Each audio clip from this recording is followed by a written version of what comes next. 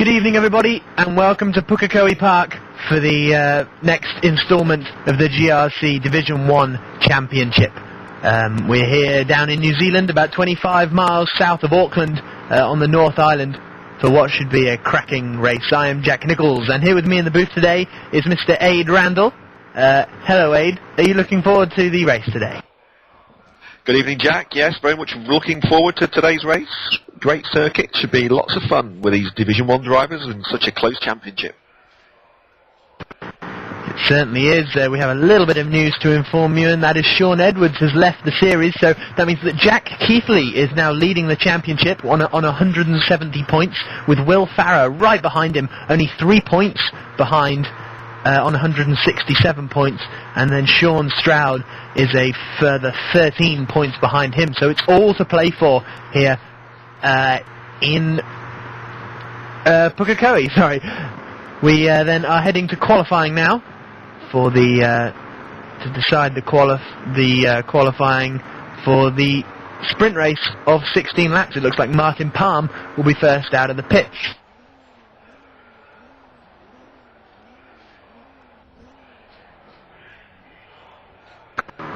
Palm then queued up at the end of the pit lane, waiting for the green light. There it is, and he floors the throttle to get some heat into those rear tyres, which actually isn't too much of an issue in the BMW that he's driving, and he heads off around the circuit now. This is the first corner. It's the sweeper corner at turn 1, and then this little complex is known as the Castrol corner.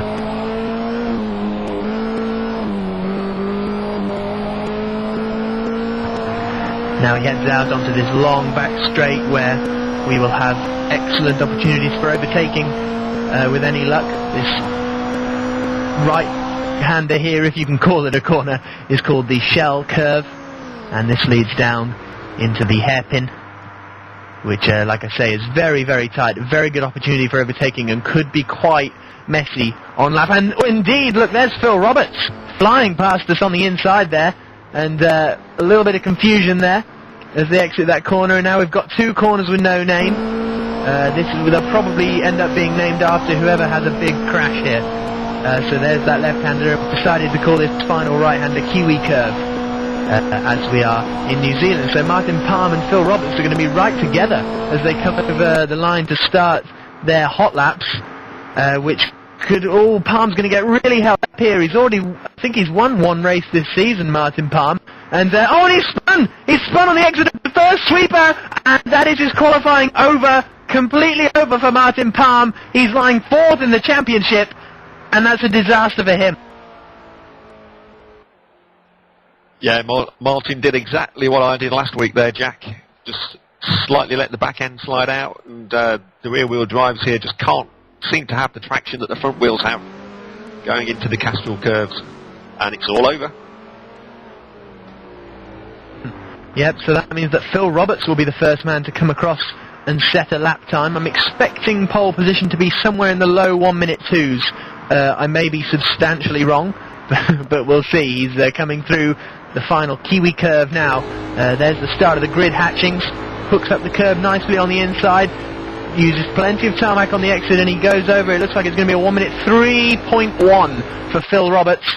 So not a bad lap there at all. That 1 minute 3.1 is about a second and a half off what some of the drivers were doing in their free practice session, but obviously now they have to be fueled up for the race. So as Alfredo Chiva goes in at 102.9, so getting competitive already at the front, Jack. Yep, absolutely.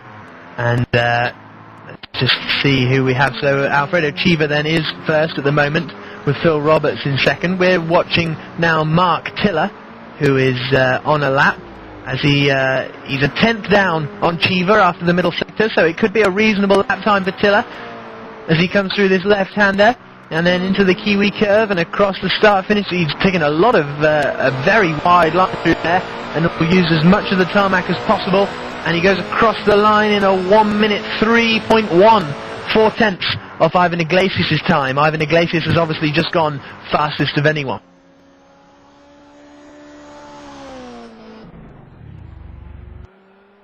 Yeah, good time by Ivan in the Renault. Nicely controlled the rear-wheel drive through that Castrol corner, so Ivan setting the pace for Kraken Motorsports. Yep, let's just see if we can find anyone else out on a lap at the moment. Mark Gravett is just coming across the line to start his lap then, as he comes through the sweeper at turn 1. A little touch of the brakes there on the apex. I think Sean Stroud was saying to me before this race that he can take turn 1 flat, and so if that's true, he's going to have a very big advantage now. Gravett looks like he's got a bit of understeer in that front-wheel drive car. Couldn't quite hook the nose up to the apex as he would have wanted as he exits the Castrol curves now and heads down towards the Castrol corner, I should say, and heads down towards the Shell curve. He's a 10th down on Iglesias' time in the first sector. Let's see if he's improved or lost ground in the middle sector. He's going to come across the timing beam very soon as he comes into the hairpin. He's faster than Iglesias here, so this is looking like a good time for Mark Gravett. He's not troubling the apex at the hairpin, but nevertheless it's looking like a calm and composed lap here from the Skoda driver. He hooks up the left-hander, and now round the Kiwi curve again, not near the apex, so I think Gravett will be disappointed. He'll be very disappointed because he's on the grass. A little touch on the brakes, that won't harm the front-wheel drive too bad, but he ends up a 10th off Iglesias' time with a 1 minute 2.8. Yeah, good luck that for Mark, and this of course is Mark took an opportunity in the transfer window to swap from the Seat to the Skoda. So this is Mark's first outing in the front-wheel drive Skoda, so a good time. Yep, it certainly was, as we now watch Alex Surzaka exiting the final complex, and he's only a 10th down on Iglesias' time, so we'll have to see where this will put him on the provisional grid. It looked like a neat lap in the Renault. There's lots of undulation here as he crosses the line now, and let's see what time he does. Oh, he's lost a lot of time in that final sector. I'm not sure what happened there, but something's gone not quite right.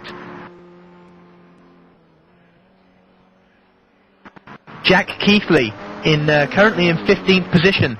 The championship leader has just started his hot lap. He's coming through the sweeper corner now, and he hooks it up quite nicely. We saw him have quite a big crash there in free practice just a few hours ago as he exits the Castrol corner now, and that looks very neat, and he's a 10th up on Iglesias' time, so this is a potential pole position lap coming up for Jack Keithley, and let's see what he can do now. Nothing to do at the moment, just point the car straight and turn the wheel a tiny little bit just to get the car around this shell curve, and now into the crucial braking zone for the hairpin. Let's see where he brakes. He's going to brake about 150 metres before the corner, shifting down the gears like crazy, hitting the rev limiter all the time, and he's still a 10th up on Iglesias.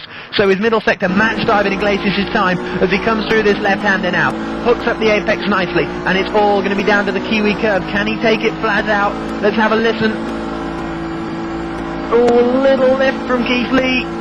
but he's hooked up the exit nicely, and he's going to come across the line in a 1 minute 2.4, 2/10 faster than Iglesias, and I think not far behind him, Stroud. Yeah, Sean Stroud crossing the line in a 102.6, taking second place so far, provisionally.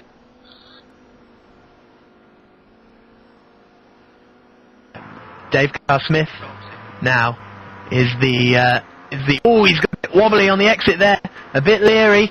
He's less than a 10th off Keithley's time, and look at this, he's going to get a tow from Sean Stroud down the straight. The Torrent Motorsports guy is playing very, very clever. Let's hope they don't mess it up. Oh, very close there, but cunning work from the Torrent Motorsports guys for Dave Carr-Smith. Let's see if it's actually helped him as he comes into the braking zone for the hairpin. He's later on the brakes than Keithley. He's too late on the brakes, and he's also 3/10 down, so that wobble on the exit of the Castrol corner has not helped him out.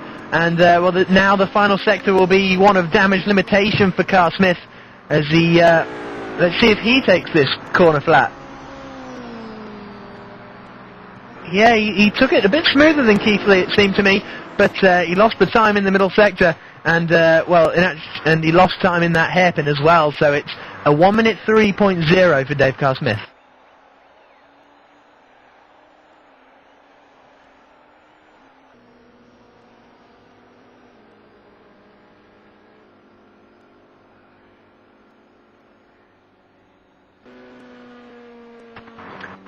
Brian Gilmore is coming up now to the hairpin. He's up on Jack Keithley's time as he comes into the hairpin now, braking, and he's less than 1/10 of a second down. So this could be a good lap from Gilmore as he exits the final corner. He's got a good chance here. He's already had one race win so far this season. Let's see what Gilmore can do. Exits the final corner now, and he goes across the line in a 1 minute 2.8. He's lost a lot of time there in that middle sector. And, well, how did Dave Robinson do? He crossed the line right behind, and, well, he hasn't done well, actually, in that final two sectors. He was up after sector 1, but he goes across the line to go 12th.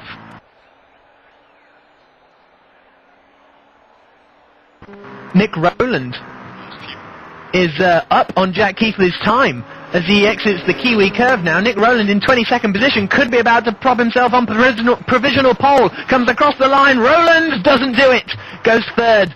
He lost a 1/10 of a second in that final sector. And now Will Farrer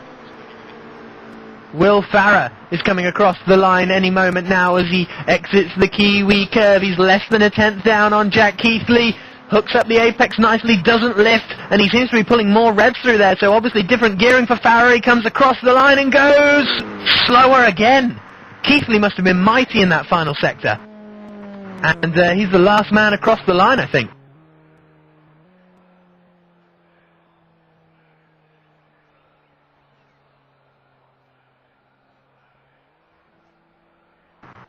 So, that's everyone across the line in this qualifying session.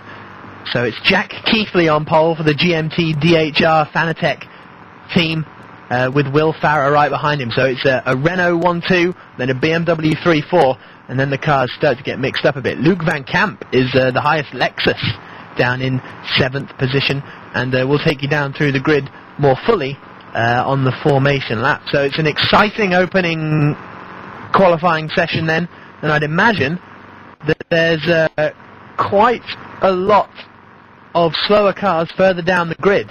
People like Dave Carr-Smith down in 13th, he looked fast. Mark Gravitt made a couple of mistakes, and that's the reason he's down in 10th, so we could have a lot of interesting racing going on, eh? Could be that, just looking down the grid myself, Emmanuel Gexeller also back down the back with Lauren Ebeneise, who's also usually nearer the front, a lot quicker, so a couple of guys there need to force their way through the field. Martin Palm, currently 4th in the championship, is down in 23rd, so that's another man for the battle through the field. Interesting again, Jack, on the front-wheel drive, rear-wheel drive split here. Again in Division 1, the rear-wheel drive's dominating the top 9 positions, with Mark Gravitt, the first Skoda.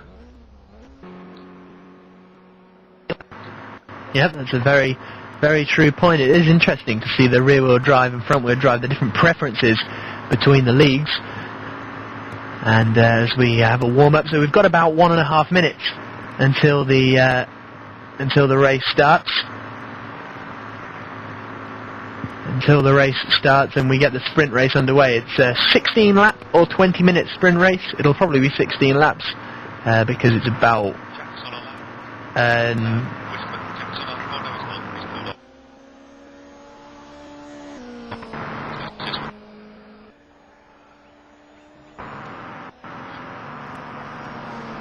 So about 1 minute and 20 to go then here at Pukekohe Raceway. It's a nice little circuit, very, very fast, as you've been seeing in qualifying. There's only sort of 2 really big braking zones. Well, only 2 braking zones at all, really, and that's for the Castrol corners and the hairpin. And we're expecting a lot of overtaking and also possibly a bit of mess down at turn 1, the sweeper, because it's flat out. It'll be flat out off the grid, so the cars will have to be very careful not to make any contact. And then going down into the Castrol corner, there's a high chance of an incident, Aid. There was lots of trouble there last week in the Division 2 race. People fighting over positions going into those Castrol corners. I've just been looking around the circuit and I've seen the Torrent Motorsport guys have all been out on the back straight practicing their start, so they obviously feel it's an opportunity for them to get a couple of positions off the grid, Jack. Yep, and is it obviously important to get a good start?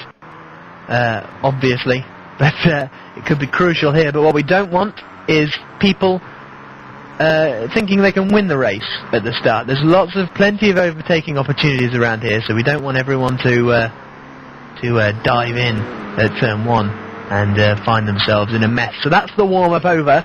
We may be having a pause because of Rob Cross is having a little bit of trouble getting here. So we will have to see whether the warm-up is restarted. But at the moment, it looks like we're soon to be going racing at Pukekohe.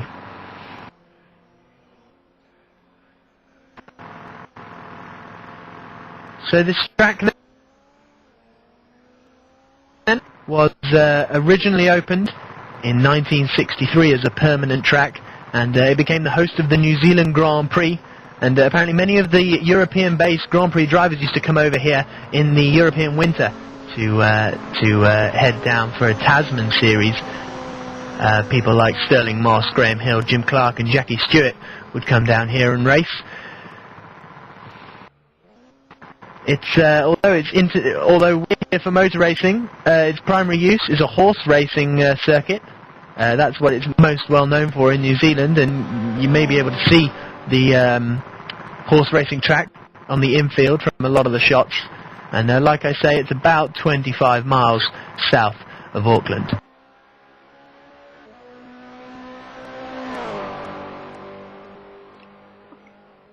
Yeah, looking at the lap times, Jack, the 102.3, I think it was, the qualifying time. That's almost a second slower than the V8 record round here for the Antipodeans amongst you.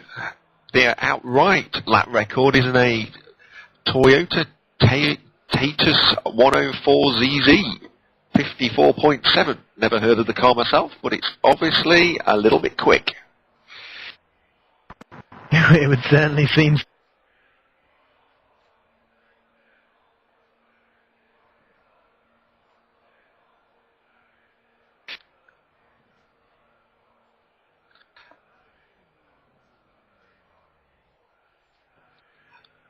This is a popular circuit with the spectators, main covered grandstand, internal viewing area.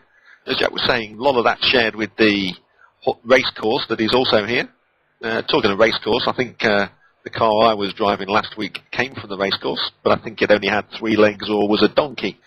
So we'll avoid any more references to my racing last week. Just talking to race control, and they're saying they're just about ready to start, so looks like we are getting ready to go. Just still checking if Rob Cross can make it into the server. He's having a disconnection problem.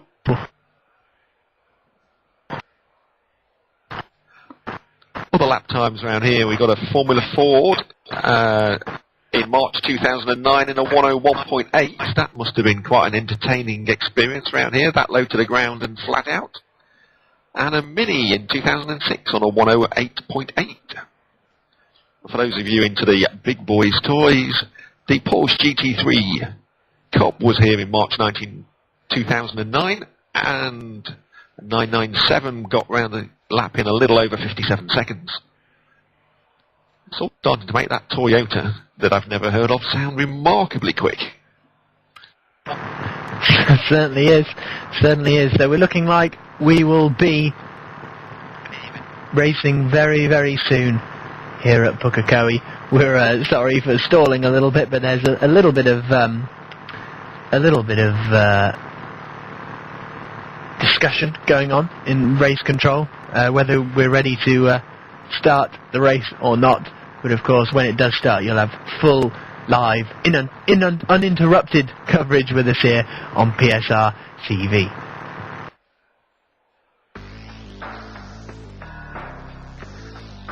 Yeah, just a reminder for any new people to watching this coverage. The points here at the GRC are points for 1st to 15th position. Double points are awarded for the feature race, which is coming up after this 20-minute sprint race, with bonus points for pole position, fastest lap, leading a lap, and for those starting at the back, most points places gained. Yep, that's always an exciting one. I remember I got that point in Brazil because I spun on my qualifying lap and started, I think it was 39th and finished 25th. So a good race in some ways, but a poor result in other ways.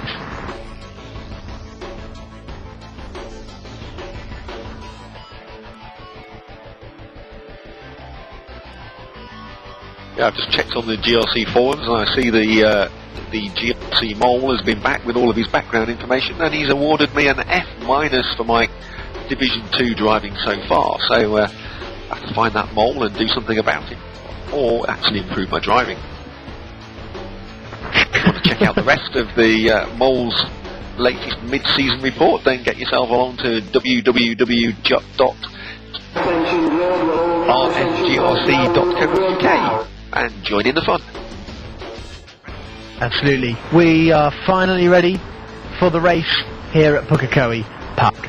As the cars jump onto the grid to get ready, we will start to take you through the grid order as they get away, with Jack Keithley lining up on pole position, the championship leader, 2 wins so far this year, 4 podiums, 7 top 10 finishes, 2 pole positions, so this is his 3rd pole position of the race, and those are all the stats I've got on him at the moment. So we've got 1 second to go, and we are away on the formation lap, and Jack Keithley then, they're all spinning their tyres to try and get as good a getaway as possible. Will Farah there has actually shot him into the lead, but we'll have to rattle through the grid quite quickly actually, because it's a pretty short lap. So Jack Keithley on pole position for GMT DHR Fanatec. Will Farah is in 2nd position. Sean Stroud and Nick Rowland head up at Torrent Motorsports Team Redshift News 3 and 4. Ivan Iglesias will start 5th. Mike Wrightson in 6th.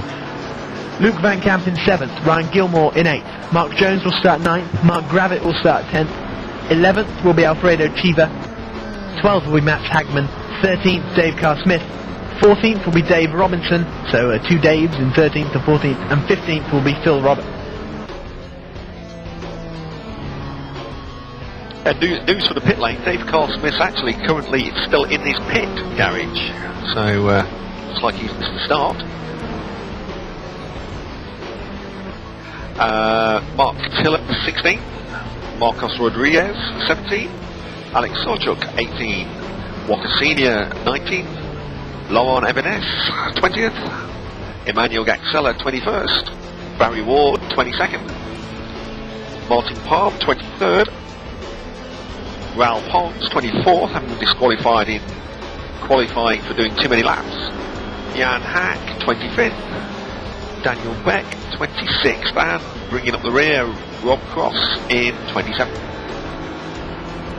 Yep, I can see Dave Carr-Smith lurking at the end of the pit lane there, so a bit of a nightmare for him. Jack Keithley's come onto the grid very, very soon. Farah and Stroud and Rowland are just about turning up. So his tyres will be cooling down, his brakes will be cooling down. That's not what Keithley wanted, as we now wait for Rob Cross, last man on the grid, as Aid has just pointed out, to line up his grid slot. And it won't be long now until we are racing in this 16-lap sprint race. He's found his grid position, and Jack Keithley is waiting for the lights then.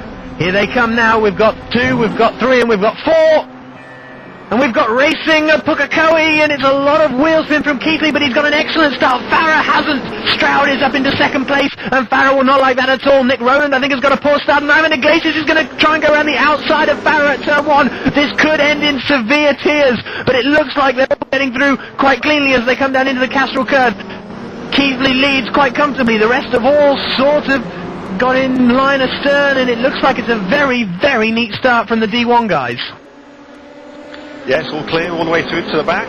No incidents as we're carrying on, and Carl Smith is out and chasing the pack. There's a battle for 7th place. Mike Wrightson and Ryan Gilmore are side by side. But further up we've got a 3-way battle for 2nd place, and Will Farah's gone late on the brakes, and there's contact there with Nick Rowland, and Farah has given Sean Stroud a little bit of a nudge there. And that's allowed Keithley to pull out a little bit of an advantage, but they're still very close together. This Renault is very quick under acceleration, and he's already started to pull away a bit from Rowland.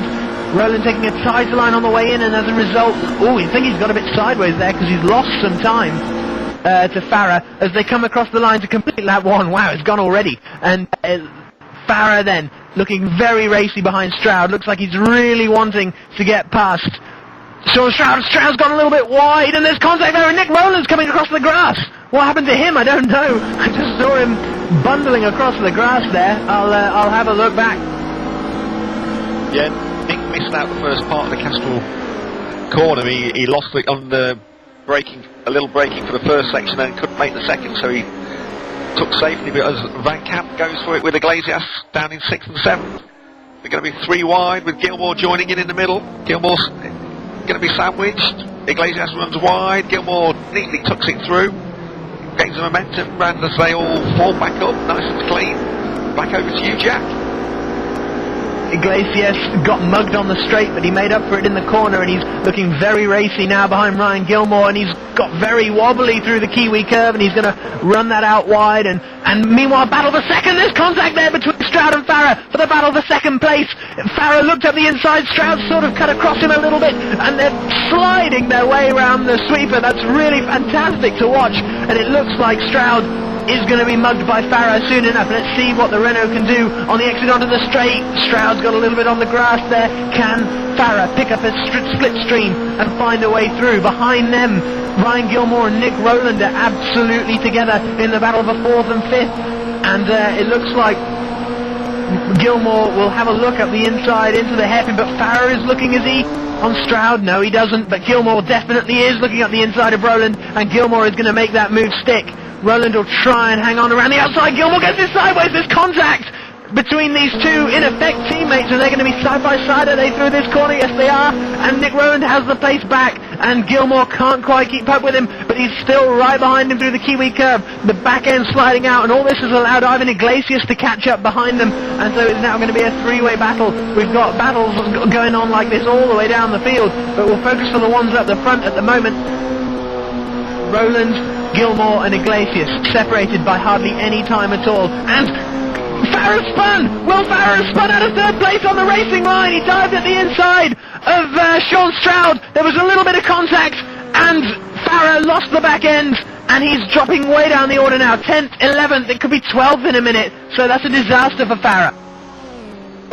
Yeah, Will Farah there just got it on the curb. The Megane doesn't like the curbs as much as the front-wheel drive cars, and he just couldn't control the back end.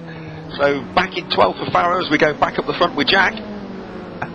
Yep, Ryan Gilmore has just made the move stick again, but again he's got the back end out, but I think this time he has made the move for 3rd place stick. So, as they come across to start lap 5 out of 16, the order is as follows. Jack Keithley leads, Sean Stroud is in 2nd, 3rd is Ryan Gilmore with Nick Rowland and Ivan Iglesias all over the back of him. Mike Wrightson has caught up with them as well. I haven't mentioned Mike at all, but he's running strongly in 16th place. as they come around the first corner, and Luke Van Camp is right up there too. Dave Robinson and Mark Gravitt are having a hefty battle over 8th and 9th, and there's 4! Behind Farah, there's like 4 cars all around each other, and someone's got in hot there. That's Martin Palm. Martin Palm? How's he got up there? Wrightson's in the gravel. Mike Wrightson I've just seen in the gravel. I can't keep track of this. Mike Wrightson has just gone in the gravel somehow, and he's recovered and is now dropping down to 24th place, and that's not good news for him. But look at this. It's 16th, 17th, 18th and 19th are pretty much all side by side. It's who's at the front of it? Daniel Beck is at the front of it. Gaxella's in there. Barry Ward's in there. Marco Rodriguez in there. And Rob Cross is going to launch one up the inside. This is going to be 3 abreast into the hairpin. A little bit of contact, nothing too bad, and they've all got away with it. This is incredible. I will continue quickly with the run down the order. Fantastic driving by all 4 of them there. And the strange thing is, Jack, this isn't even for a point. It's fantastic, isn't it? So we have Mark Tiller in 10th, Alfredo Chiva and Mark Jones battling over 11th.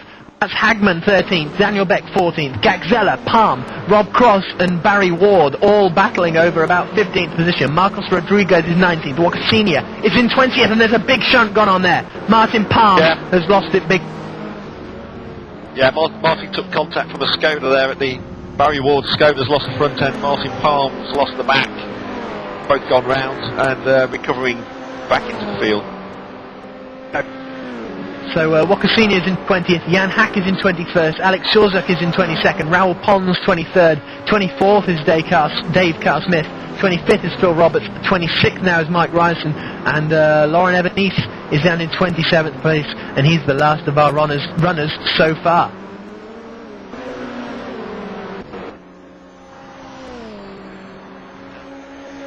Yeah, looking back at the battle for third, it looks like Nick Rowland has repassed Ryan Gilmore. Not sure where that happened. It must have gone on while absolute chaos was ensuing in the rest of the field. But they're coming through the Castrol corners now, and Gilmore has gone very late, and he's very close, but he's not going to get a good... Well, he has got a good run out of the Castrol corner there. I wasn't surprised. I was surprised to see that, because he went in very hot on the brakes. And has he got a slipstream? It looks like he has. He's closing on Rowland, and...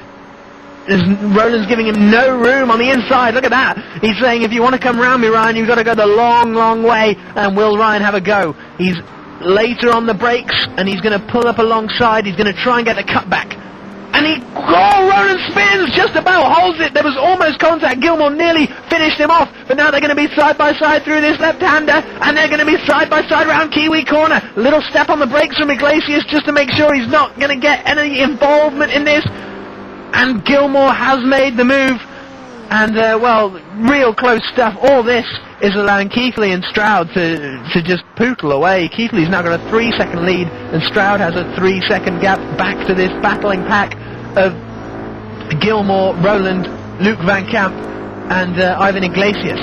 So these 3 battling continuously, and Will Farrer is bouncing across the grass. I just saw her there in the background. Yeah, it doesn't look like Nick Rowland's got quite such a good toe on the back this time of Ryan Gilmore, so should be positions as they are as they complete this lap going down to the hairpin. This battle, though, is allowing the cars behind to slowly catch up, so Iglesias is onto the back. And then behind him, Luke Van Camp, having worked his way up through the field, has tagged onto the back of Iglesias this time. Will Farrer's now worked his way back up to 8th place.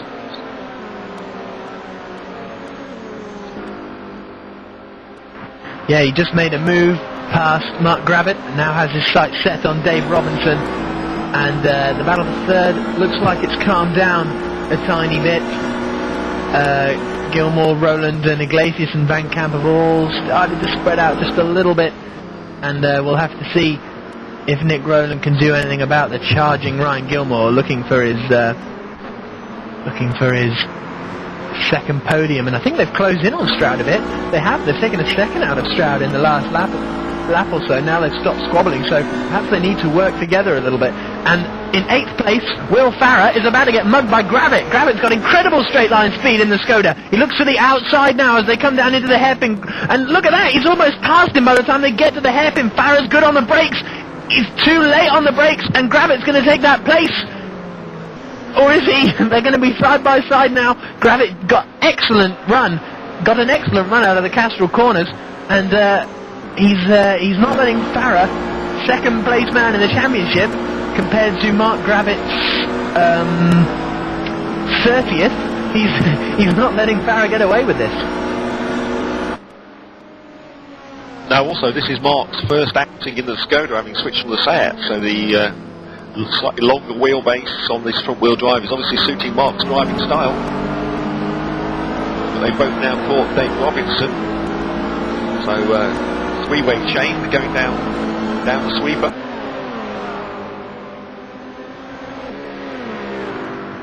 Certainly is. And behind them, actually in the battle for 10th, Mark Tiller and Mats Hagman and Emmanuel Gagzella are about to have a little party down into the hairpin. Gagzella might fancy a look up the middle here, but he doesn't. Hagman goes up the inside. He does fancy a look, and Gagzella's through. There's big contact there with Tiller, and Tiller won't be impressed with that. And I think the Hagman's about to get swamped here. Tiller and Beck are side by side. Sorry, not Beck, Gagzella. And Hagman goes wide there. Tiller has a little look at the inside. I think he's another one that was in the Seat and has now switched to a Skoda because the Seat was terrible. And now Gagzella's going to get passed by Daniel Beck. So Beck is... No, he stamped on the brakes there at turn 1. It's odd.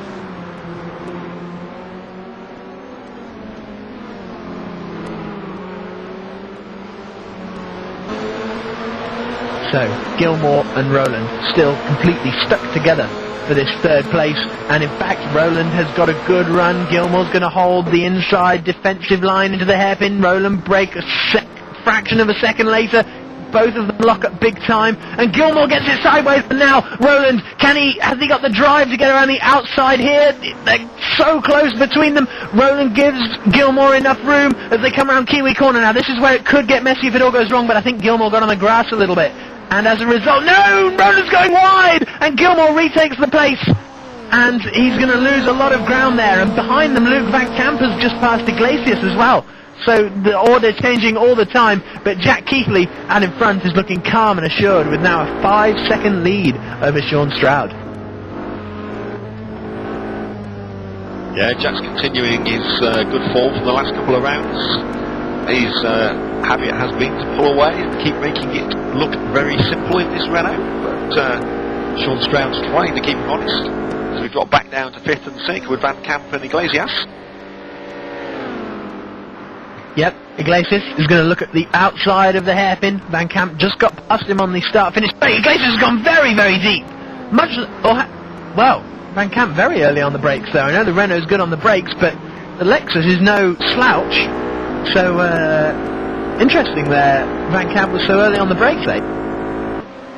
Yeah, I'm not quite sure why Van Camp would be so early. He's typically been better and very good on the brakes, so whether he's just having a little insecure moment on the Lexus. Just hearing we've had a spinner back in the field. Now Daniel Beck, I believe, has just spun off. 7th position is about to get very interesting because Dave Carl-Smith has just come out of the pits. Well, he's moved out the way now. Good work from Dave Carl-Smith, who's having a horrible time, to be honest, today. And in 14th place, Martin Palm. Martin Palm has just had a big, big spin, and Barry Ward is involved there too. I think Barry Ward's out of this race. It looks like he's just... Oh, no, he's not. He's just waiting for all the cars to get through. Only caught the end of that, but Martin Palm is certainly in the wall, and I can see another spinner there. Raoul Pons is spinning off big time, so turn 1 is catching out a lot of guys at the moment, and Barry Ward is going very slowly. I wonder if he's waiting for Martin Palm. I wonder if Barry Ward is... Yeah, I think he's waiting for Martin Palm to get himself out of the gravel, but I don't think that's going to happen, bless him. Oh yeah, no, Palm gets out now. And, yeah, you can see Barry Ward in 24th position is waiting for Martin Palm to re-overtake him. So that's sportsmanship from Barry Ward, but it doesn't really help Palm, to be honest. Unfortunate incident. I didn't see it myself. Hopefully we'll get a replay, but very gentlemanly conduct by Barry there, recognising his misdemeanour and waiting for Martin.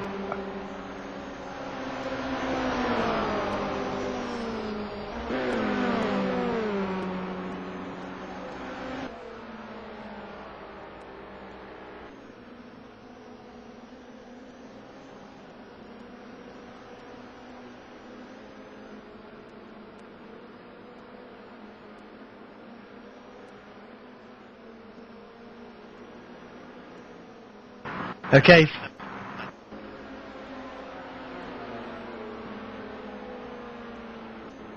Sean Stroud then, back at the front. Sean Stroud in second position is being caught quickly by Gilmore and Nick Rowland, so this could be a three-way Torrent Motorsports battle. Nick Rowland has missed the apex again there, launches over the curve and has loads of sparks coming off the car. Gilmore is really close to Stroud now, so that looks like it's a battle. The battle for 7th is really hotting up. Gravitt, Robinson and Farah are still going at it, and Mark Gravitt has somehow gone to the head of this queue. He was at the back, but whilst we were watching that big incident, it looks like Gravitt has got his way through and he's going to hug the inside. What's Robinson going to do? Is he going to punt him out like he did to me at Vanport? No, he's not. But Ralph Farah dives very late in the day, and he's going to take the position as he's side by side. Lots of jaw rubbing. They're stuck together, and Robinson is pushing Farah, and this is incredible. Farah's got the inside for the Kiwi curve, and there's more rubbing, but Farah's going to hold the position as they exit the corner, and that's given Gravitt a little bit of breathing space. That was a little joke about Dave Robinson. I don't have any hard feelings towards him over our incident at Vanport, just to make that perfectly clear. Martin Palm is in the same wall again. Gravitt's gone wide. Gravitt's gone wide at the first of the Castrol corners, and as a result is back down to the back of this three-car train. Yeah, it's all going on with those three. Probably Farah now, having got back into the front of those three, will manage to pull away, but Robinson's still looking, got a tow for the McGann. Big rear end on that McGann, giving a nice tow to Robinson, who's passed. As they enter the braking zone, Farah again, late on the brakes, dives up the inside, locks up, Robinson dives back, cuts back, and looks as though he's going to secure it before this corner we haven't yet named. And yes, he has, he's got it all under control. As it's Robinson, Farah, Gravitt as they cross the line this time. It's good work there from Robinson. He got the tow and then won the last lap, in actual fact. So that's that was the end of the race. I'm very sorry, ladies and gentlemen, but Jack Keithley has won this sprint race here after 16 laps. Sean Stroud just about finished second ahead of Ryan Gilmore, with Nick Rowland in fourth. Ivan Iglesias in fifth, Luke Van Camp in sixth, and Dave Robinson then, that pass on Will Farah that we saw was actually incredibly crucial. It was incredibly good driving from Robinson. He got the tow, moved to the outside, just invited Farah to brake too late. He did, and Robinson got the cutback. Eighth then was Will Farah. Ninth, Mark Gravitt. He'll be pleased with that after his dismal early season in that horrible, horrible Seat. 10th, Mats Hagman. 11th finished Mark Tiller. 12th was Rob Cross. 13th, Marston Jones. 14th, Alfredo Chiva. 15th, Daniel Beck. 16th, Marcos Rodriguez. 17th, Walker Sr. 18th, Jan Hack. 19th position was Phil Roberts. Raoul Pons finished in 20th. Alex Surzak finished in 21st. And Emmanuel Gaxella did not finish the race. It looks like he retired somewhere on the final lap. I will just have a little look about that. Dave Carl-Smith finished the lap down. And, coming out of Kiwi Curve, Gaxella has lost it, gone wide, and slammed into the barriers, and was out of the race 100 yards from the finish line. Martin Palm retired, Laurent Evines retired, and Barry Ward retired, and Mike Wrightson retired after only 7 laps.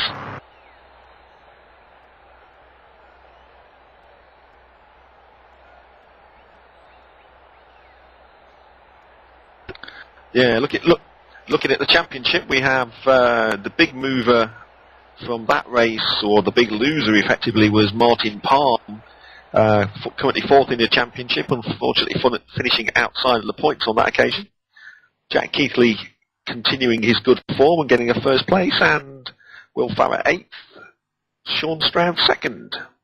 And as we were hearing, Emmanuel Gaxella had an unfortunate incident on the last lap and did not finish and dropped out the points. So the top three continue their domination of the season so far.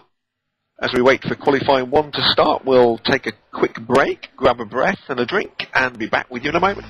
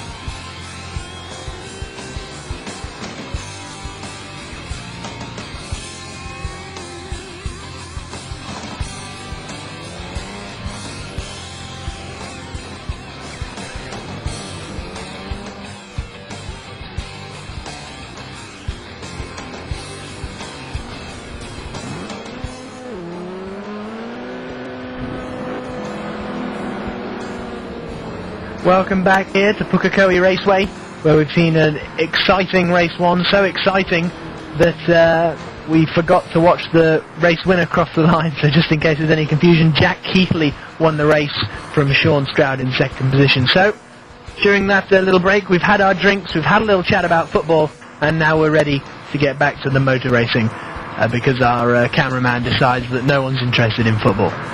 So, we've got about 1 minute 40 seconds to go before the start of this next qualifying session, which will of course decide the grid for the feature race, which is an epic 32 laps or 40 minutes, with of course a pit stop thrown in there just for laughs. Of course, the pit stop is mandatory because the fuel tank won't hold enough fuel to get to the end of the race. So, Aid, incredibly exciting first race, battles all the way down the field. It looks like a track that really suits the GRC cars. It sure does, Jack. Sorry, really called you Michael there. Certainly does, Jack. It's an interesting combination of having to be a well-balanced car for that first sweeper in the Castrol corners, followed by the sheer pace of getting through the shell curve and down heavy braking area for the hairpin. So, suits the cars, seems to suit some of the drivers, a few others having a few difficulties, but it seems to have mixed things up from the 5 races we've had so far, and very much looking forward to race 2. Absolutely, I'm just looking at the track back now, and it's reminding me of just a sort of smaller Thruxton. Do you see what I mean? Yes, it's got that sort of feel to it. It's a lot of corners where you're flat out on the gas. You need to have a car that's balanced and holding, as you say, just like a smaller version of the English Thruxton circuit. Yep, Thruxton of course, down in Andover in Hampshire, but I digress. 4 seconds to go then before qualifying 2 gets underway, and well, I think the person who'll be wanting to improve most from the previous qualifying session would Martin Palm, the man lying 4th in the championship. Well, he was 4th in the championship. He may have slipped a couple of places now, I'm not sure, because he went out first out on the track, but he had a bit of an incident and lost it at turn 1 and ruined his qualifying lap and had to start down near the back of the grid, so he'll be the one raring to go for this qualifying session.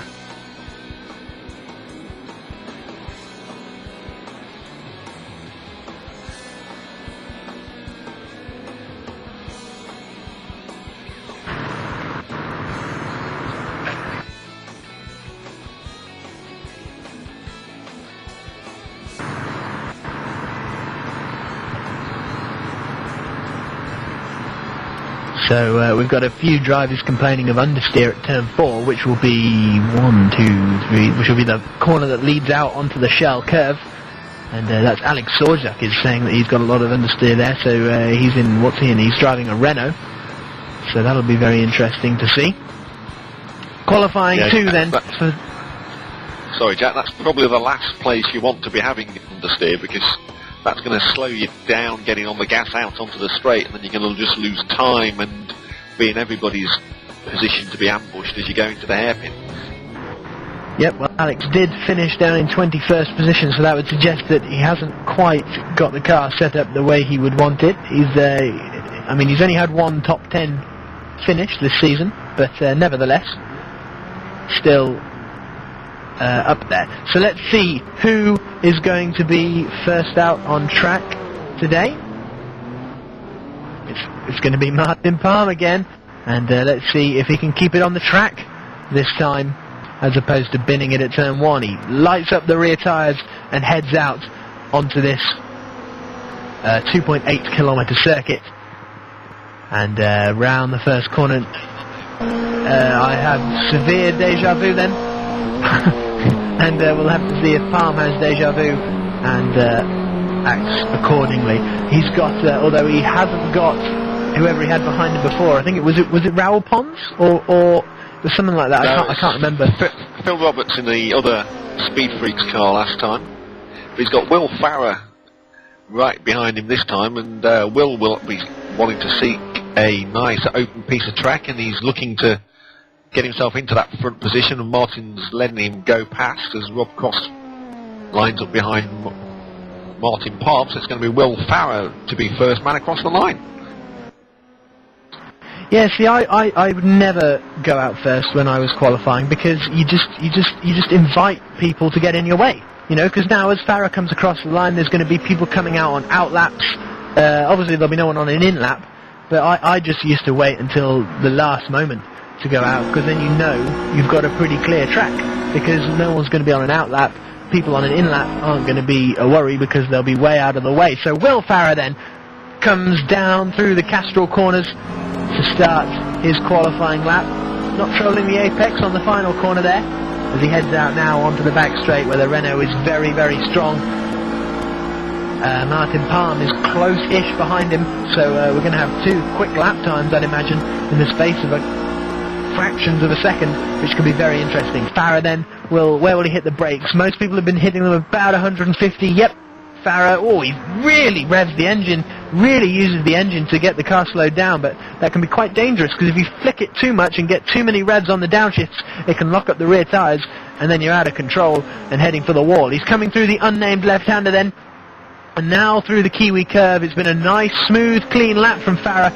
These laps, but it hasn't been, because he's on the grass there, but he's going to come across the line and do a 1 minute 2.8. And which is 3/10 slower than Martin Palm, who leaps across the line to do a 1 minute 2.5. And Gagzella, I think, has just gone quickest as well, so it's all suddenly kicked off. Gagzella has gone the fastest of anyone, so he has provisional pole position.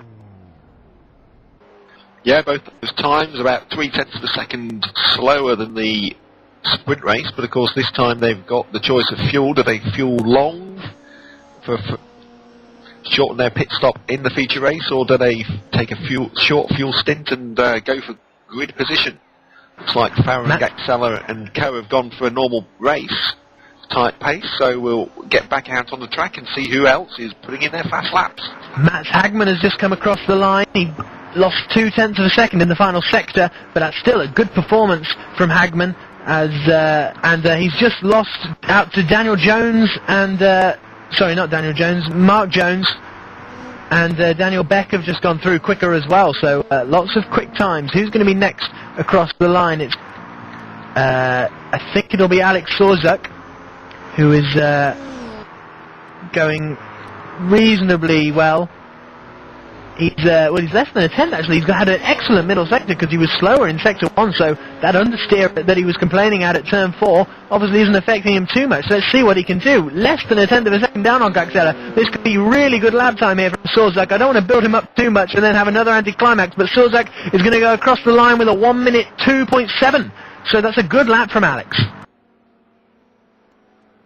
Yeah, 7th place provisionally, and one of Alex's best laps in qualifying so far this season.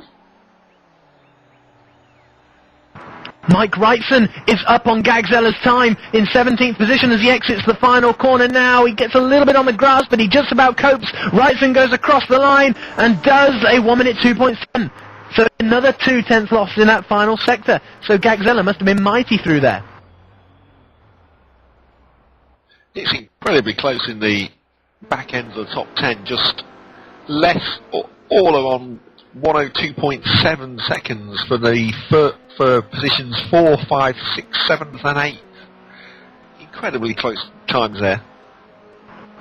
Certainly is, as Laurent Evanice just crossed the line to go 16th fastest, and Mark Gravitt is coming out of the final corner now, and he's going to do a 1 minute 3 dead. So that puts him up in 13th position, provisionally. Instantly dropped to 14th. Dave Robinson crosses the line and goes up into 7th with Skoda. Another man in the 102.7s. Yep, we're just waiting now for the next person to cross the line. I think it's going to be Jack Keithley. And no one is on a hot lap at the moment. Now, while we make the most of this quick break, Jack, in the action, the couple of drivers not going to be putting in a time this time, Barry Ward and Ivan Iglesias. Suggestion is that Barry may have had an incident and had a coming together with Ivan somewhere out on track, so try and get information on that. Yeah, that's certainly an interesting position there that Ivan finds, I think, because he was, of course, quite a good front runner. Now, Jack Keithley then, race 1 winner, is coming out of the Kiwi curve now to start his hot lap. He's going to be the next person to cross the line, crosses the line now and starts his hot lap as he comes round the sweeper corner at turn 1, where all the guys were so well behaved. Now, not only we have to take fuel into consideration for this qualifying session, that's where the interest comes here, as Keithley hooks it up nicely, less than a tenth slower than Gagzella, so easily enough time to make up for time he may have lost in Sector 1. Nothing to do at the moment except point the car towards the shell curve and get ready to focus your eyes on the marker boards to find your braking zone, if of course that is the way Keithley does it. In he comes then. Let's see where he brakes. Again, he's revving the hell out of the engines, and he's quicker than Gagzella by less than a tenth of a second, so there's a tenth of a second switch around. But of course, remember, Gagzella was excellent in the final sector. We've seen a lot of guys losing it, but then again, the final sector is only really that hairpin. So Keithley hooks up the left apex now, will aim for the apex of the Kiwi curve, takes plenty of curve, a little bit more. And is he going to run wide? No, he's nailed that absolutely perfectly. Keithley's going to come across the line and goes slower. Another anticlimax. Less than a tenth behind, but that puts him down in 3rd place. And in 19th place, Sean Stroud is about to cross the line. No, Luke Van Camp, sorry, comes across the line, and he goes 5th. And Sean Stroud, I think, is coming at some point. Here he comes and goes slower than Gagzella again into 2nd position. He was 2 tenths up, I think. So he must have really messed up that final sector there, Stroud. And Nick Rowland is the final man, and he's only just starting his hot lap, Nick Rowland, so he's left it very late. Raoul Pons will be crossing the line shortly. He's 4 tenths down after the 2nd sector. So I'm not expecting this to go to the top of the timesheets, but it could be a respectable time. He comes across the line in a 1 minute 4.0. That puts him in provisional 21st place. Dave Carl Smith is he's half a second up on Gagzella, but he's gone very deep into the hairpin. He was getting a toe off Sean Stroud down the back straight, and he's going to come round the final complex now, half a second up. Stroud must have been lightning early on. Let's see if that time has cost him in the final sector. Hooks up the right apex of the Kiwi corner nicely. Has that final corner cost him? He comes across the line now. Dave Carl Smith for Toro Motorsports and goes fastest by 2 tenths of a second. There's a distinct possibility he's fueled light. Sean Stroud has jumped up into 3rd position, and the final man across the line will be Nick Rowland, who's 6 tenths down on Carl Smith's time, and as a result only goes 15th. He'll be annoyed with that. But Dave Carl Smith then takes the feature race pole position here, 2 tenths quicker than Gagzella, and that suggests to me, Aid, that he's running pretty light. It could be, but as we were saying in the gap between the sprint race and the feature, it's a long straight here. So if Carl Smith was getting that toe nearly all the way down that back straight, then there is a chance he's actually reasonable on fuel and just been getting a very good toe. That's very true, and I guess that would explain him missing his braking point into the hairpin turn. That's what I'm trying to say, because if he's going faster down the straight, he probably wouldn't expect it. Yeah, I think that's true, Jack. I think that does all support the fact it was all down to that toe. As we have a quick look down the field, again it's front-wheel drive domination, BMW, Renault, BMW, Renault, Lexus. We have to look down as far as rear-wheel drive domination. Looking further back, we have to look as far as the SRM Volvo of Mats Hagman in 11th for the first front-wheel drive, and Dave Robinson's Team Fog Skoda in 12th. Looking for other notable positions here, Will Farrow was down unfortunately in 17th. Luke Van Camp, an excellent drive to get into 7th.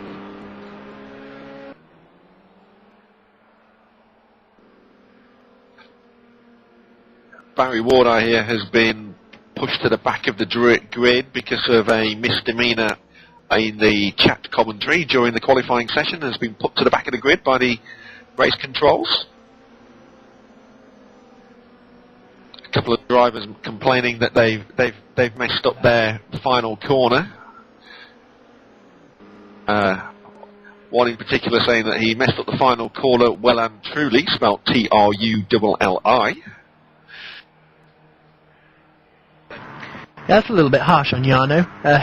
He didn't fancy the rain in China, I'll give him that, but he's had a reasonable season.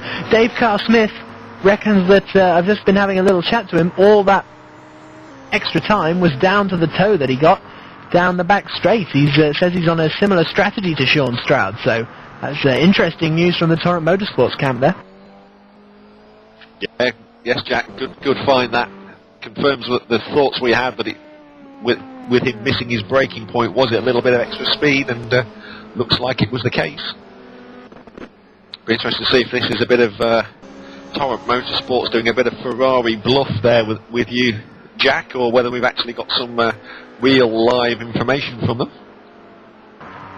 Well, there's always the possibility they're lying, but as part of the Torrent Motorsports team, I will be thoroughly cheesed off if they have given me false information and made me look like a fool.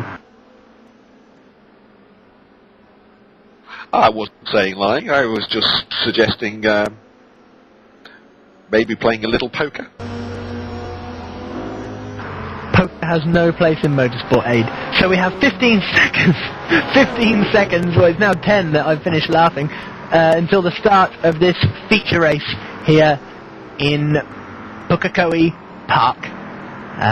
32 laps or 40 minutes, whichever expires first, but it'll most probably be 32 laps. Standing start, formation lap, and then we will be racing. It's a very different front row of the grid to the front row that we had previously. Gaxella has hauled himself up back near the front now, whereas he was battling further down the order in race 1. So here we go then, the race director moves it to the race mode, and we have 30 seconds for the cars to get on the grid before the cars start their formation lap, and this is going to be a cracker, I'm sure.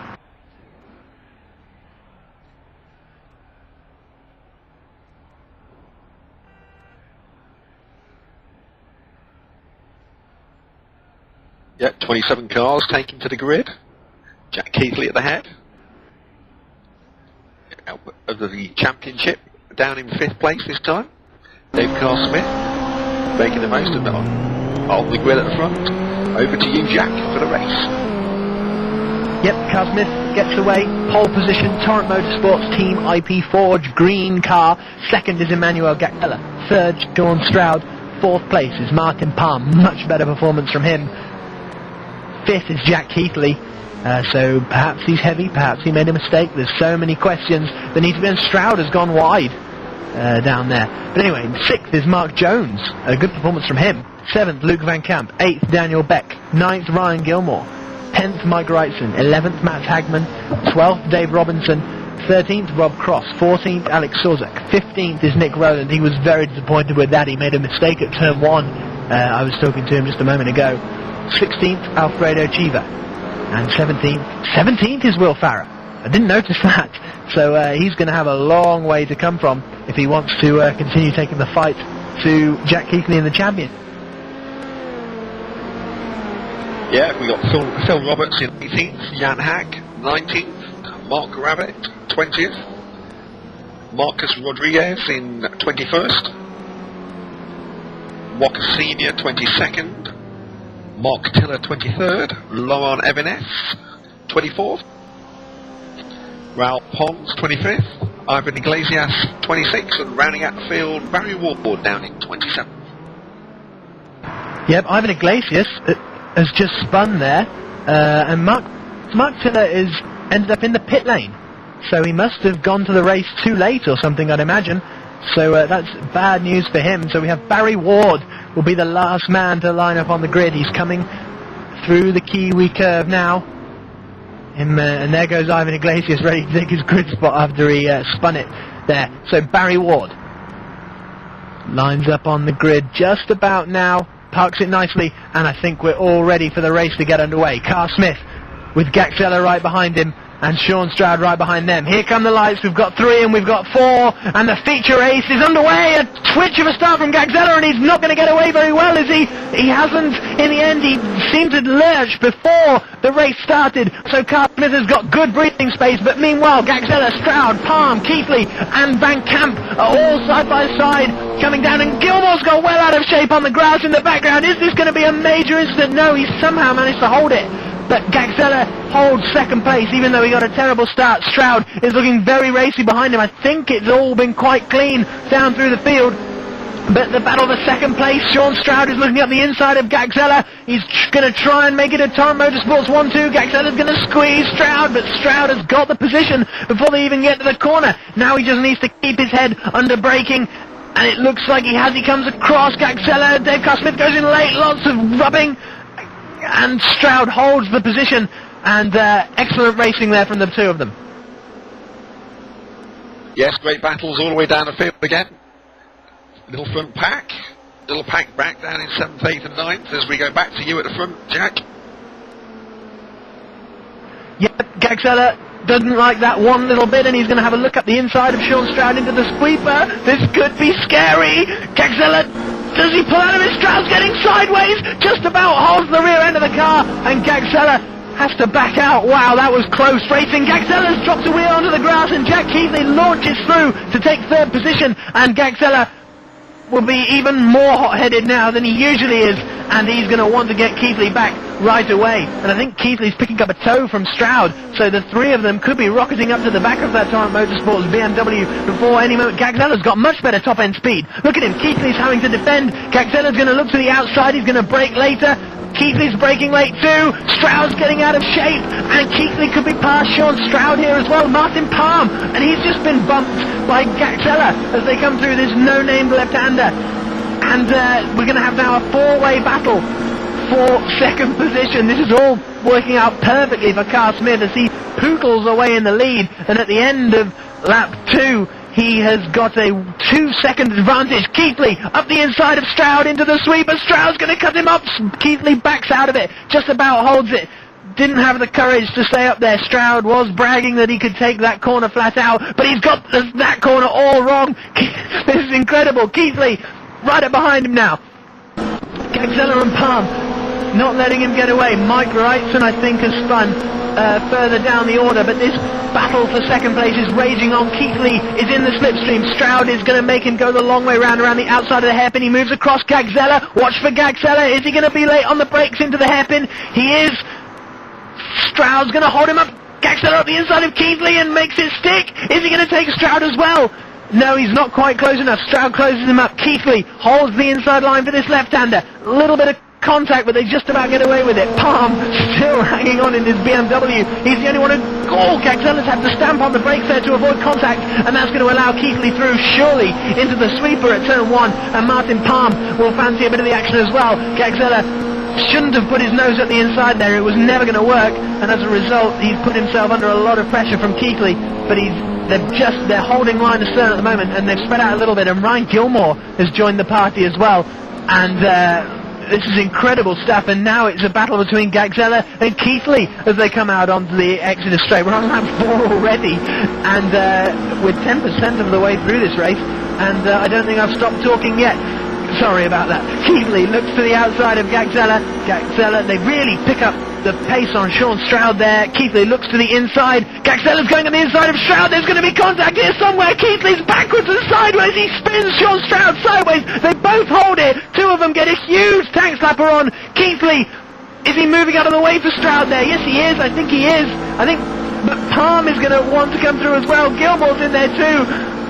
And Gilmore and Palm as wheel to wheel. Stroud's got a little bit of grass on, but wow, I think that has sorted itself for the moment there, Aid.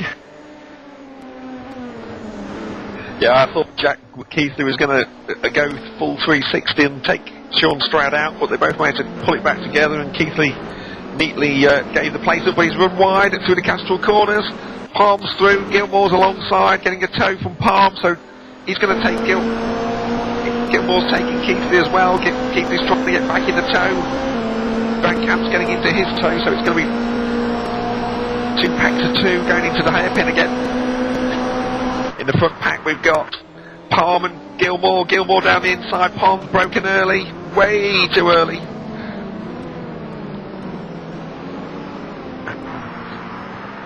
Keithley back inside Palm as they go through the corner with no name. Palm's trying to hang it on around the outside. Brave act this. Keithley just though has got the championship to look at, so plays cautious, tucks in behind Palm, tries to cut back, ready for the Castrol corner. Yep, and Stroud's got well out of shape in the first sweeper, and he's lost a bit of time there to Gaxella. But as you say, Keithley and Palm really battling it out now. Keithley will be very annoyed with that mistake he made, which forced him to drop down the order, and now I think we will see the Renault advantage over the BMW as they battle over this 5th position. I'd imagine by the end of the straight the Renault will rocket up and pass the BMW into the hairpin. I may be very, very wrong. But let's see. Yes, he's definitely closing. Palm decides not to defend and try and allow Keithley to break far too late again. Keithley this time early on the brakes. Palm's way off. Palm's way off. Palm's in the gravel, and Palm just about isn't in the wall.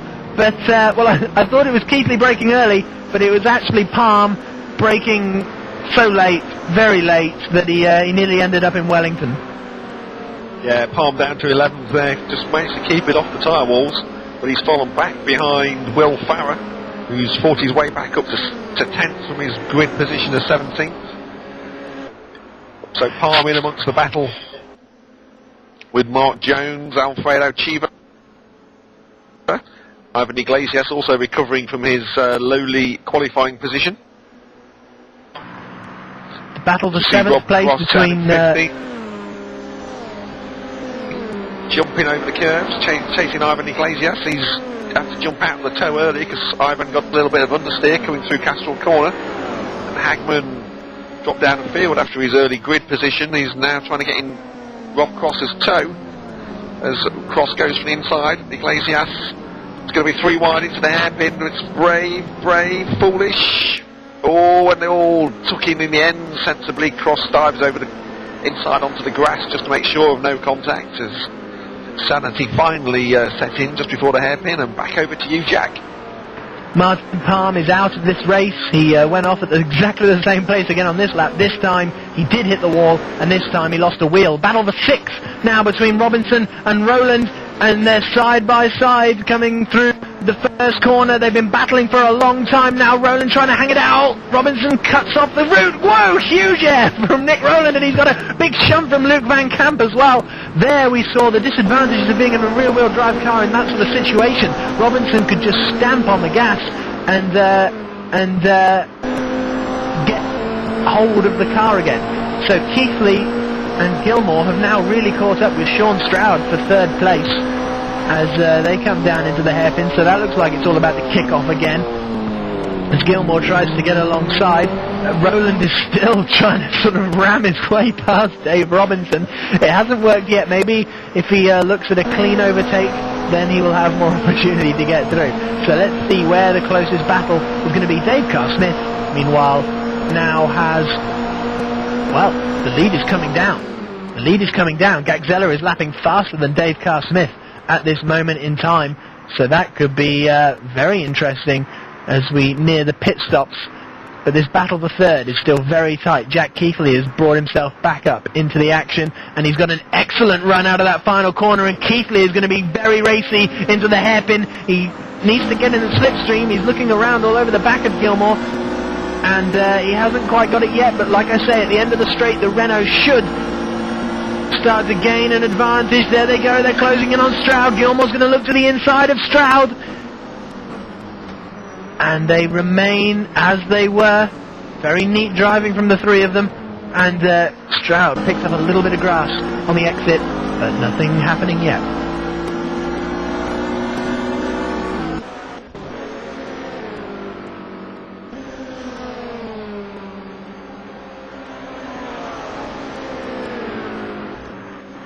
Nick Rowland's in the wall. 7th position, Nick Rowland. He ran wide and he hit the Armco, and he's just avoided Daniel Beck, but he's going to be passed by Farah as well. Rowland, oh no!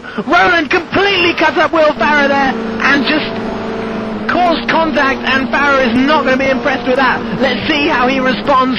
He's going to give him a nudge there. He's going to look up the inside and give him another nudge. Farah is fuming inside that car, and Luke Van Camp could take advantage of that as he looks all around the back of Farah's car, but Farah is not going to be impressed with that move at all. Did you see that, Aid?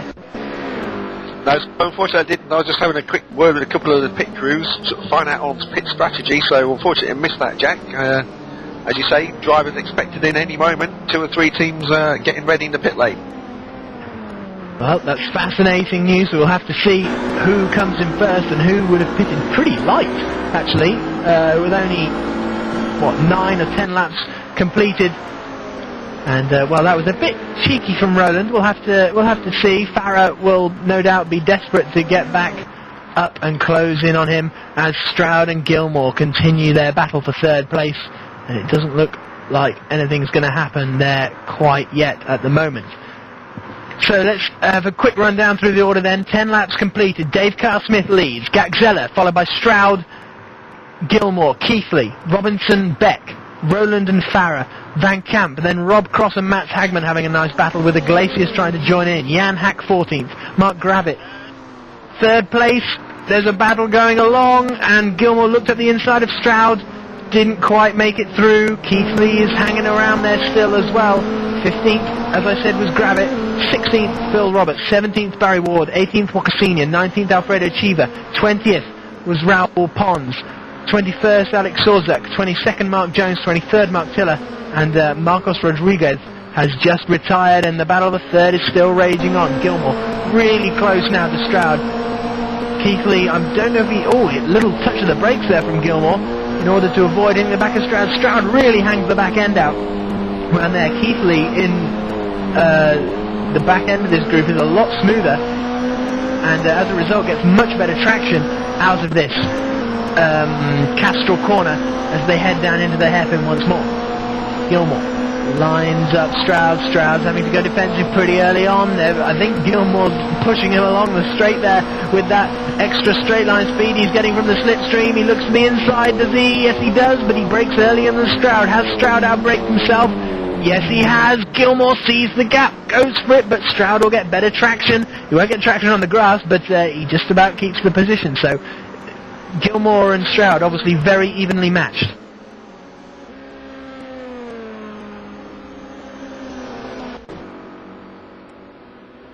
Rob Cross and Ivan Iglesias are very close together as they come round the Kiwi curve now. Iglesias, is he going to look to the inside? He's got more pace than Rob Cross, but is struggling to get past at the moment. And it doesn't look like he will manage it just yet. And in fact, he's dropped off a bit from the back there. And then, there's a 4-5-way train now for 6th place. Beck, Robinson, Rowland and Farah and Van Camp are all there, and this is going to be 3 wide into the hairpin. I see it coming. Beck, Robinson and Rowland in the battle for 6th place. Rowland is looking racy, he's looking to the outside. Is Robinson going to go there too? Yes, he is. Here they come then. Robinson, Rowland and Beck into the hairpin. Rowland is late on the brakes. There's going to be contact somewhere. They all smush together. Couldn't see that one coming. Rowland forces Robinson out onto the grass, and Farah is going to get around the outside of Dave Robinson now, is he? He's going to have the inside for the Kiwi curve, so that should give Farah the position. Contact! Big contact between Farah and Robinson. And Robinson gets a little bit on the grass, and he's going to be mugged by Van Camp now down into turn 1. So a little bit more cheeky driving there from Nick Rowland, but he's held off the attentions of Will Farah.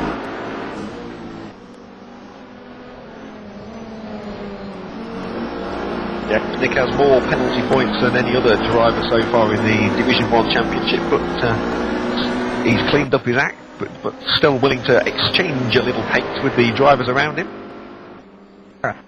Gilmore and Stroud in 3rd place. Gilmore's looking at the inside, and off goes Dave Carl-Smith from the lead. Dave Carl-Smith from the lead has dropped to 2nd place now because he's gone off at the hairpin. I didn't see what happened. I just saw the green TMO car bumbling along in the gravel trap, And let's see, has he just... I'm just watching the replay now. I think he's going to have just outbraked himself. Yep, just purely outbraked himself there, Dave Carr Smith. He didn't seem to brake too late. Don't know what happened, but that's terrible news for Carr Smith. And we have the first car into the pit lane, Jan Hack, coming down the pit lane. Watching him here coming in, and he's being followed by Martin Jones. Jan pulls in right in front of me. Car gets up on the jacks, so he's having a quick tyre change. Front, rears, cars back down, less of the fuel going in. Jan safely away, back out into the field, but obviously at the back at the moment as we wait for the pit stops to cycle through. Yep, Jan has obviously gone for a fairly aggressive strategy in this feature race. None of the front runners have pitted yet, so we have Gagzella coming across the line now. Let's see what their times are comparatively. Gagzella has just done a 1 minute 2.4. Dave Carr Smith has just done a 1 minute 2.4. So these two look quite evenly matched as Gagzella takes a lot of grass on the first corner there. So we'll have to see how that pans out. 8th, 9th we have side by side between Dave Robinson and Daniel Beck, and Robinson gets through. Nice clean move up the inside there, and he will start hunting down the battle between Farah and Rowland. Actually, this battle for 6th place, I fear, could get a little bit nasty as we come down to the hairpin. Rowland and Farah have been together all race, sharing quite a bit of paint and also bits of bodywork. Farah's looking very racy, going from one side to the next. He's got the outside now on Rowland. He's braking late.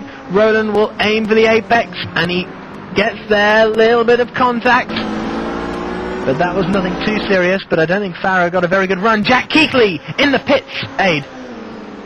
Yeah, Jack's into the pits. Nick Rowland's following him along, so quick race for the pit crews here. Both down to the pit lane speed limits. Ryan Gilmore's had a huge crash from 4th position. He's in the wall and he's on fire. Absolutely huge incident there. He was battling over possibly a race win, Ryan Gilmore, but he's come down into turn 1. He's looked to the inside of Stroud. Something's happened and he's hit the wall, spun back across and hit the other Armco, and that's a huge crash for Gilmore, and he's out of the race. Sorry to interrupt you, Abe.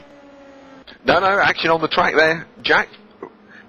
While you're talking about that, Keithley and Rowland have both safely done their pit stops. Look like Rowland may have caught up a car length or two in the stop there, so working well for Rowland as we go back out on track.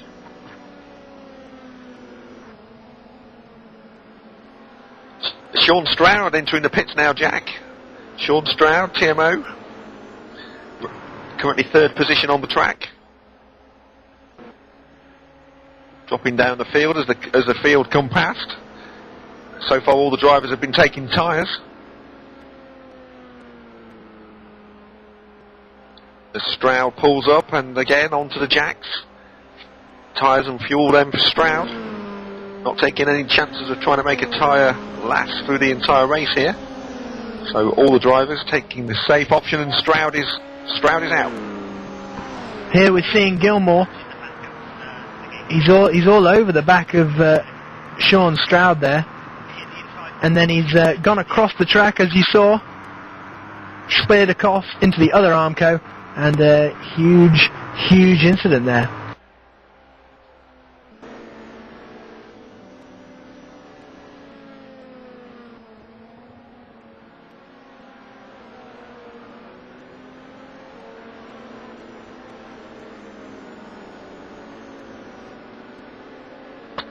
Dave Carr Smith now from the front of the field into the pits, being chased by Will Farah. Carr Smith comes to a stop right in front of me. Car goes up at the front jacks. Just looking for Farah, see if he's going for fuels and tyres as well.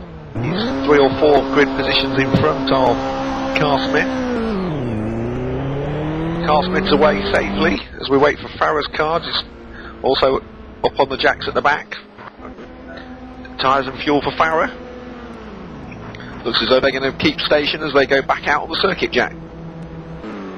Yep, there's now a battle hotting up for second place between Daniel Beck and Dave Robinson. They've been battling all the way through, but now it's for second place. Of course, neither of them are pitted as Robinson looks to the outside. We saw him battling hard with Will Farrer. Robinson's later on the brakes. Is he too late on the brakes? Yes, he is. Is he in the grass?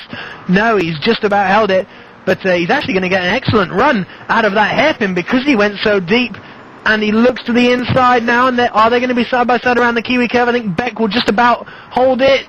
Robinson's not going to be able to hang it out there, but he's going to try and get a bit of run. Beck's hit the brakes there, and Robinson gets around the outside. Incredible stuff from Dave Robinson.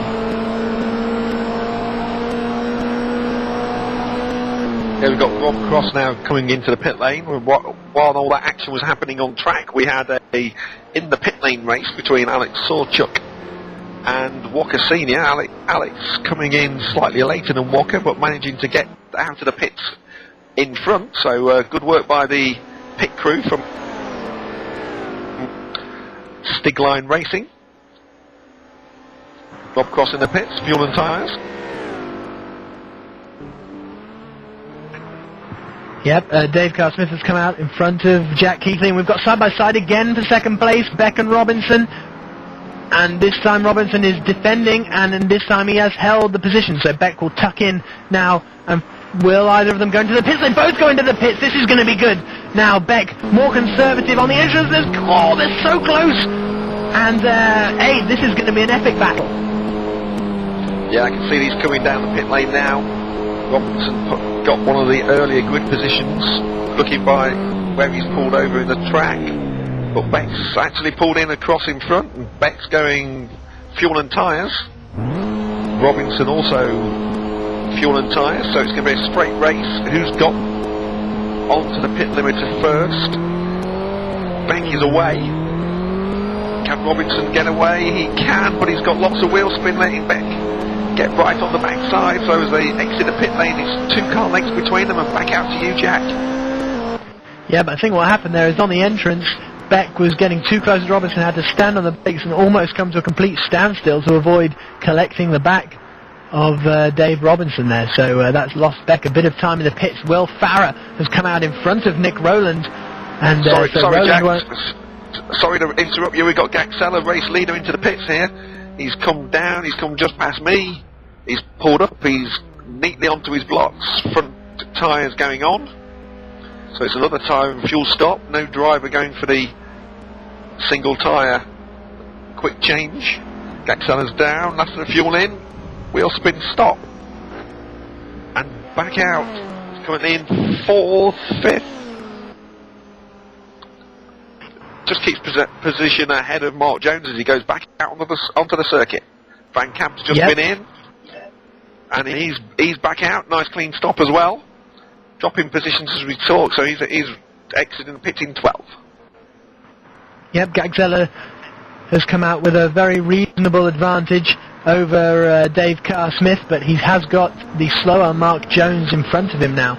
So as Farrer and Rowland are getting set to do battle once again and ram the hell out of each other once again, we'll see what happens as they come down into the hairpin. Rowland looking for the slipstream from the Renault, and I think he's got the slipstream from the Renault, and this could be an overtaking move into the hairpin. Is Farrer going to defend? No, he's not. Rowland looks to the inside, brakes much earlier than Farrer. Much earlier than Farrer there, and Farrer makes the apex perfectly, so Rowland's going to need to be a little bit braver if he wants to get through. Yeah, Will Farrer renowned for his ability on the brakes, and this McGann's proving that and serving that ability well, but looks like Nick Rowland manages to catch him as they go past me in the pit lane. Back out to you, Jack. Yep, he's closed in a little bit. The battle for the podium positions, or what will be net podium positions, is taking an interesting twist because Gaxella has come out behind the slower car of Mark Jones. He's not too much slower, but just enough to allow Carr-Smith and Jack Keithley to begin to close in.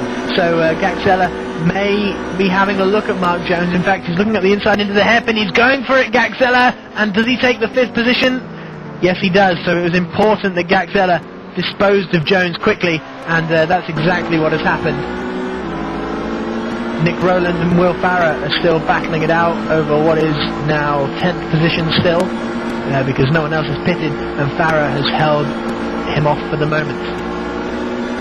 There's Barry Ward, pits on fourth, dropping back down to the positions as he brings his Skoda in for the first time. Barry making his debut in the Skoda this time, having switched from the Seat. Again, another front-wheel drive car making a full tyre and fuel stop. So Barry Ward dropping back down to a probably more realistic position as he'll go back out on the circuit. So we have Ivan Iglesias in the lead of this race.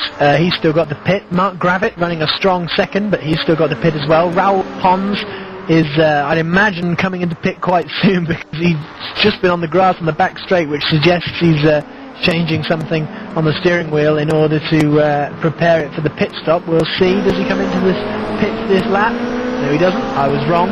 Jack Zeller and Mark Jones does peel into the pits at just the right moment for Dave Carl Smith. He gave him enough of a slipstream, and then Carl Smith doesn't have to worry about getting past him. So Carl Smith and Keithley will be now on the hunt for Emmanuel Gagzella as they come across the line. What's the gap between them? It's about 0.3 of a second, is that? No, a second, sorry. The gap between Keithley and Carl Smith is 0.3 of a second. So a second between Gagzella and Dave Carl Smith.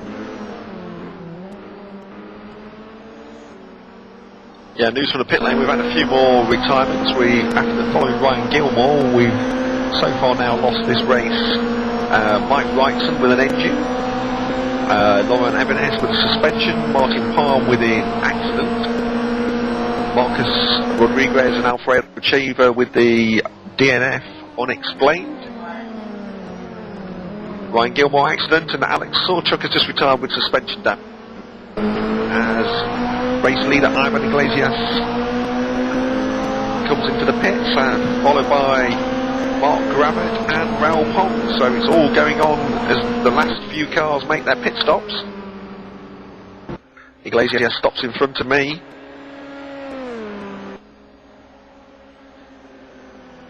Looks like that was quite a quick stop there from Ivan, but he's out, just avoids Raoul Pons as he pulls in to make his stop, and the spot behind Raoul Gravett. So back out onto the track for the rest of the action. Keithley and Carl Smith are still battling hard over second place, and their battling is allowing Gagzella to get away a little bit. Dave Carl Smith currently only 7th in the standings. He's only had one podium this year, so he's looking for better things, but he's got Jack Keithley all over the back of him. He's having to go very defensive into the hairpin, and then he's always moving across. Just about keeps Keithley behind, and I think that's just about legal, but he's got it very wrong on the exit there. Far too much of a heavy right foot, but fortunately for him, he spun into the path of Keithley, which means Keithley had to get on the brakes to avoid him. Roland and Farah are still neck and neck for what is now 5th position, and they're still battling hard.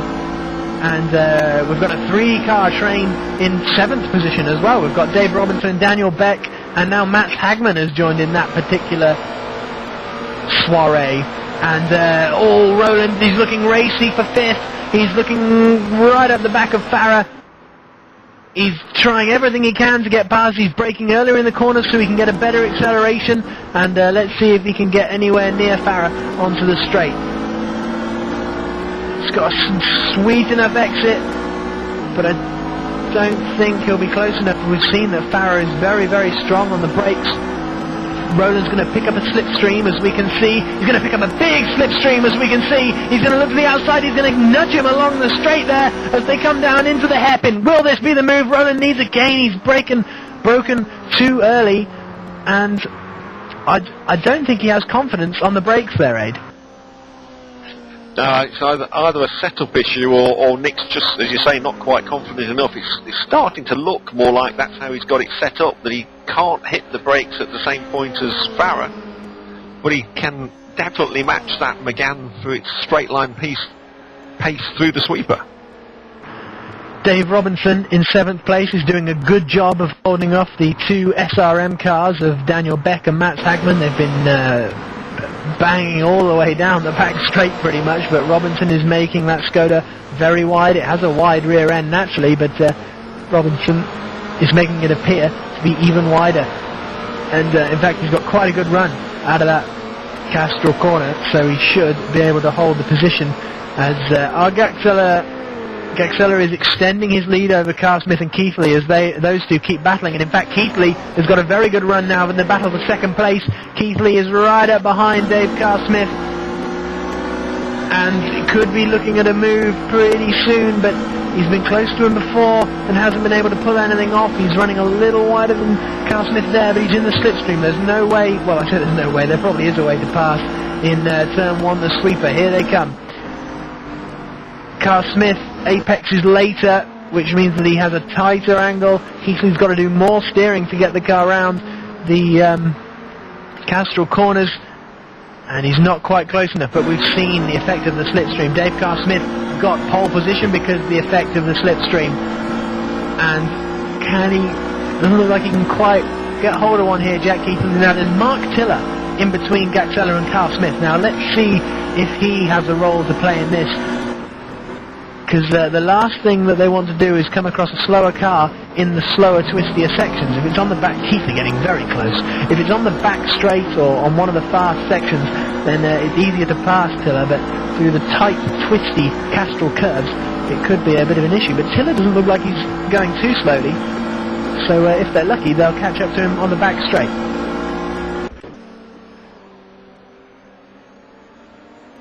Daniel Beck and Mats Hagman have both got past Dave Robinson, and now they are side by side around the Kiwi curve. They won't want to take each other out, but Robinson's got a very good run out of that final corner. Will he have a look up the inside into the first sweeper? I don't think he will. These two SRM cars are now trying to block it.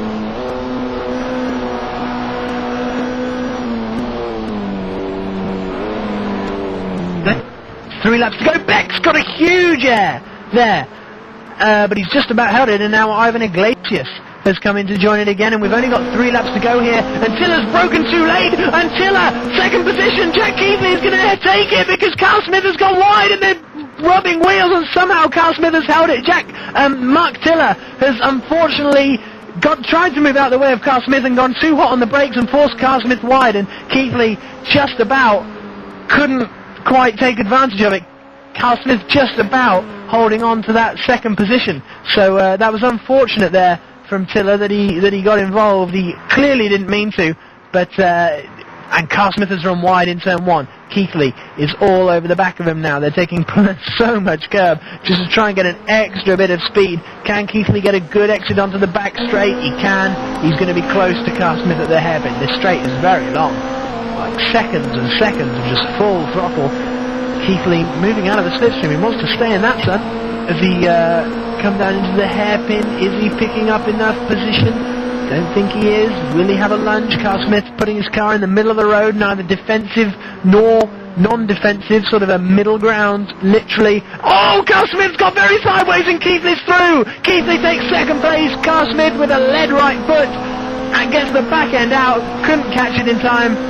And Jack Keithley takes the second position, and I think that might be the end of that, as they come round now to begin the 31st lap, to the final lap, to begin the final lap, Emmanuel Gaxella. So Gaxella then looks like he'll be coming through to take a victory here. Fortunate in some ways, but he's been pretty solid today, eh? He has. He's done his usual style. Get out in front, long stint, put the pedal down, let everybody make their pit stops, give himself some air. As Carl Smith tries to make his last chance for Carl Smith. Looking around the outside, Keithley's going defensive. This is all where it's going to kick off. Carl Smith brakes very late. Keithley does too. Is Keithley too late? No, he hooks the apex up perfectly. Perfect defensive driving there from Keithley, and Carl Smith isn't going to get through now as Emmanuel Gaxella comes round what we'll now call the Gaxella corner, then through the Kiwi curve, not troubling the apex because he doesn't need to, and he comes across the line, lights ablaze to win the feature race here at Pukekohe Raceway. It'll be Jack Keithley in second with Dave Carl Smith in third. Sean Stroud will poodle home a pretty solitary fourth. Will Farah will finish in 6th place with Nick Rowland in 6th place, so Farah 5th, sorry, Nick Rowland 6th. Mats Hagman is 7th place in the end, with Dave Robinson and Daniel Beck right next to each other for 8th and 9th. Ivan Iglesias in 10th. Mark Gravitt comes across the line in 11th, with Raoul Pons pootling across to finish in a 12th position. Phil Roberts has just about held off Barry Ward to hold on to that 13th position and 14th respectively. Luke Van Camp 15th. Jan Hack is going to come across the line in 16th position. Our one-time third place man Mark Jones is going to come across in 17th, with Walker Senior in 18th, and I believe that's the last of the finishers. It is. Mark Tiller finished 20th, but Rob Cross had an incident on the final lap and didn't finish. So that's the field. Another entertaining night's racing, Jack, and this circuit definitely suits these types of cars. It certainly does. The racing has been close all the way through, and a good mixture of fast and slow and medium speed corners, which is excellent for the racing. And I think the thing in the Norris ring, they're all sort of pretty slow corners, and so it allows the field to get spread out a little bit more. But here, excellent variation between the corners, different cars with different strengths at different points in the circuit, and excellent racing.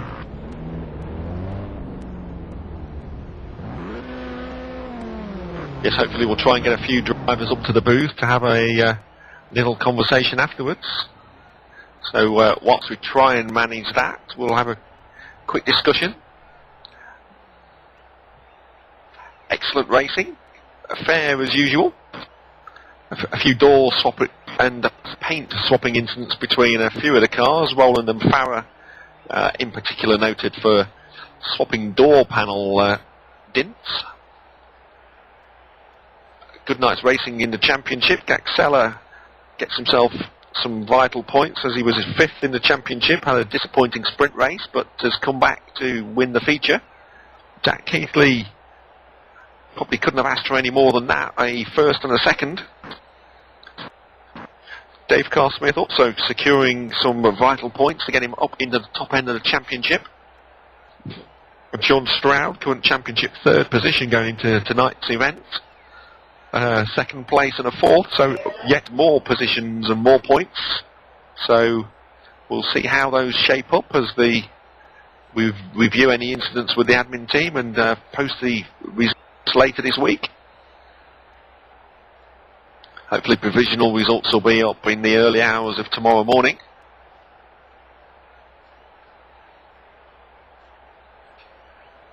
Jack's not here at the moment. He's just busily running around the pit garages trying to encourage drivers into the commentary booth. He's getting the usual collection of excuses like no microphone, need the toilet, and other such comments. Looks like he's managed to find a few offers, maybe. I think a lot of the drivers currently discussing their own races.